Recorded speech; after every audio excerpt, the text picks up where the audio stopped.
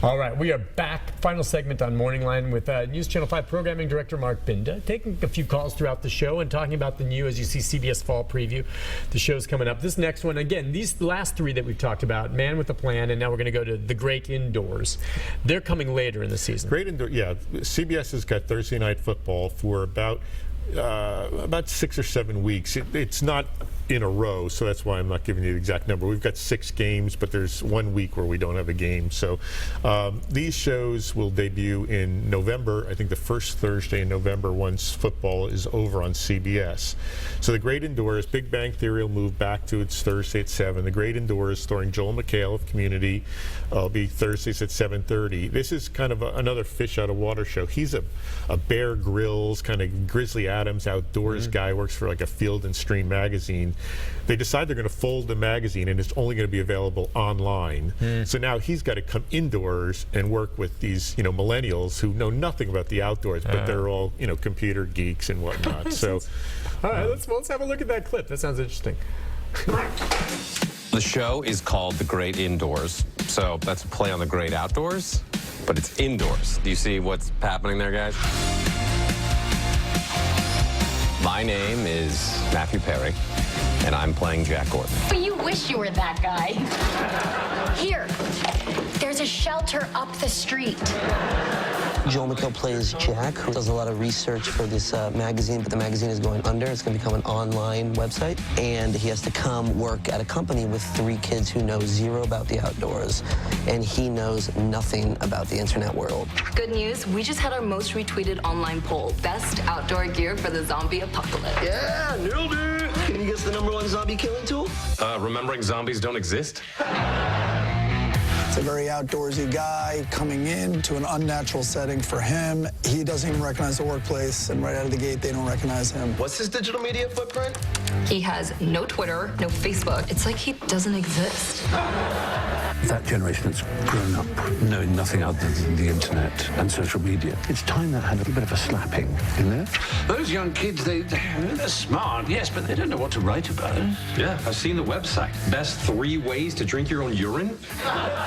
There is no best way. You just drink it.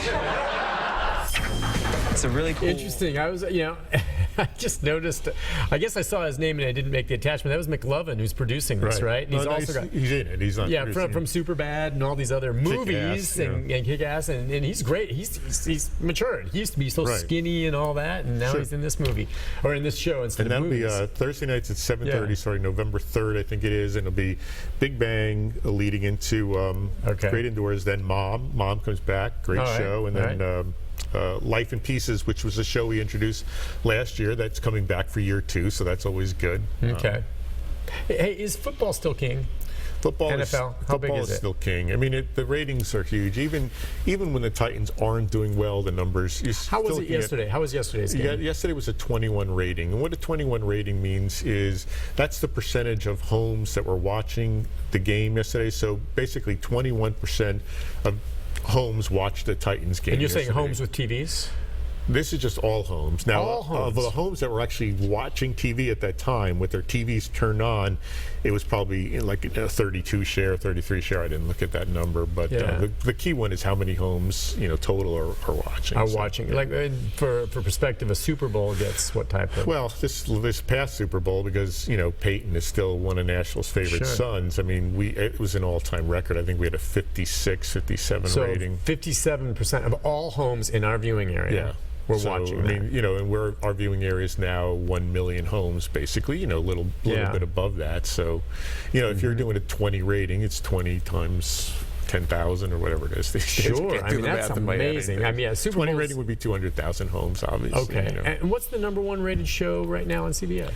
The #1 rated show most weeks is going to be NCIS. Okay. I mean, Sunday Night Football, depending on the matchup, may beat it, but it's generally going to be NCIS or The Big Bang Theory. Okay, and again, a show that continues to just plug along and deliver solid ratings is 60 Minutes, right? Does it not? 60 Minutes. Especially, 60 Minutes just keeps going. Dipped for a while and it comes back up. Yeah, I mean, it's amazing because, for years it was just those iconic, couple of guys, Morley Safer, Mike Wallace, Ed Bradley, and the show's done well, even with, as the cast has changed, they still have those great pieces, and, it'll do better, obviously, if we have the late game on CBS where it's dumping that football audience into the show, but it's still a great show. It's still the king of the magazines. I think Rick was telling me in my ear, the 49th year begins this. Yeah, this went on next the year year. in 1968. I remember watching that, and not really getting into it, but my grandmother watched it just back in the day. And it's been around forever. It's still one of the top news shows in the It's consistency, and it's been in that same time period, Sunday nights at 6 Central. Yep.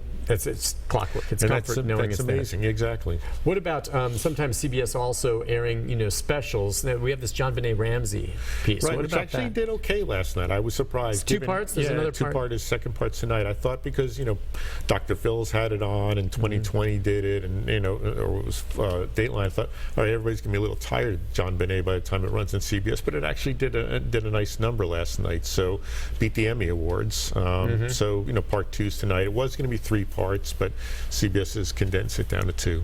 And just again, I find this fascinating, and it's kind of inside pool. I don't know how much the viewers care, but everything else, when we talk about whether something succeeds or not, it's based on ratings. Is it not? Nielsen and how they do it, and that's evolved to some degree, but they still use meters, or how does it work? Yeah, I probably don't want to get into that too much, but there's a sample of homes within the television market. That's representative of the viewing area. And there's a national sample as well, because the CBS isn't going to make a decision on how something does in Nashville. They're going to look at how it does across the United States, but.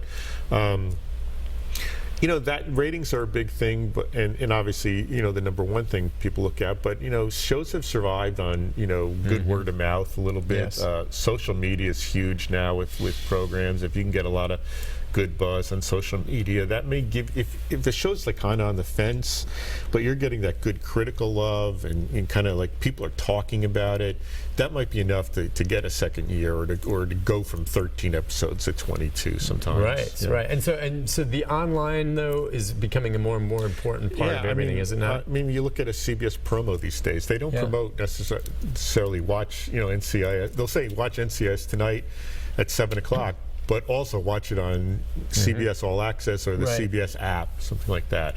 So CBS is making money on it wherever you particularly watch the show. And that's the thing. That's what's changed so much about our business, is that, it's no longer, I got to watch, this show Tuesday nights at 7. People can watch whatever they want if they've got on demand, or, people can say, what, I'm not even going to watch Big Bang Theory at all during the season. I'm going to wait till June and binge watch all 22 episodes off of Netflix or whatever it might be. Something like that. They can do that. And is there a way to measure when they do that when it comes to ratings? There is. That's part of what the whole industry is struggling with, because the way people get rated watching online is a little different than the way they get rated watching television. So I'm not the expert in this area, but that's one of the things as an industry we're struggling with, is how to measure all that and combine it, because it's really. That's really what we need to know, is how many people watch an NCIS, either watch it Tuesdays at 7 or watch it a week later on demand, or watch it on Hulu or wherever they might be watching a show. Wow, it's just changed so much from the days when it was just the big 3 networks. And now there's so much variety, which is a good thing, and competition that comes about. The consumer is king these days. Consumer is king, and we want to give them what they get. And the nice thing is, we're number 1 in this market. And are we the number 1 CBS affiliate? We've traditionally been one of the strongest CBS affiliates in the entire country. So, and we're proud of that, which is pretty darn neat. I'll say that. So these shows all rocking and rolling. We'll see which ones stick about and how that plays out. Again, Kevin Can Wait starts tonight. Kevin Can Wait starts tonight. Bull tomorrow. MacGyver this Friday, September 23rd. And the key will be not just, you see how it runs that first day with all the promotions. You get a sense of whether a show is going to make it after what? A couple months? Yeah, sometimes after 2 or 3 days, 2 or 3 times. You can just feel it in your bones. You can tell. Sometimes you'll know the first night that something's not working. But generally, you would really like to see CBS give it a couple of weeks, because like you said, everybody's really, promoting the heck out of shows that first week, and maybe you ran against a great football game in week 1, or there's something might have happened. I mean, this is going to be a weird fall because next Monday we've got a debate. I mean, so within the next couple of weeks we've got 4 nights where there's debates. We've got Thursday night football games. We've got Sunday night football games. The World Series coming along. So it's really a weird fall compared to past years. Usual. Got to take all that into account. Can you get to work with the network executives on a sitcom, Nick and his Chickens? I think that'd be great. My Mother the Car, Nick and the Chickens. That's a ratings winner. Mark, thanks for coming on. I appreciate you coming on. It's always good. We've been doing this for years, and it's always great. The chicken could be the ghost of Larry Brinton. Yeah, that would be. Larry's going to call you later today.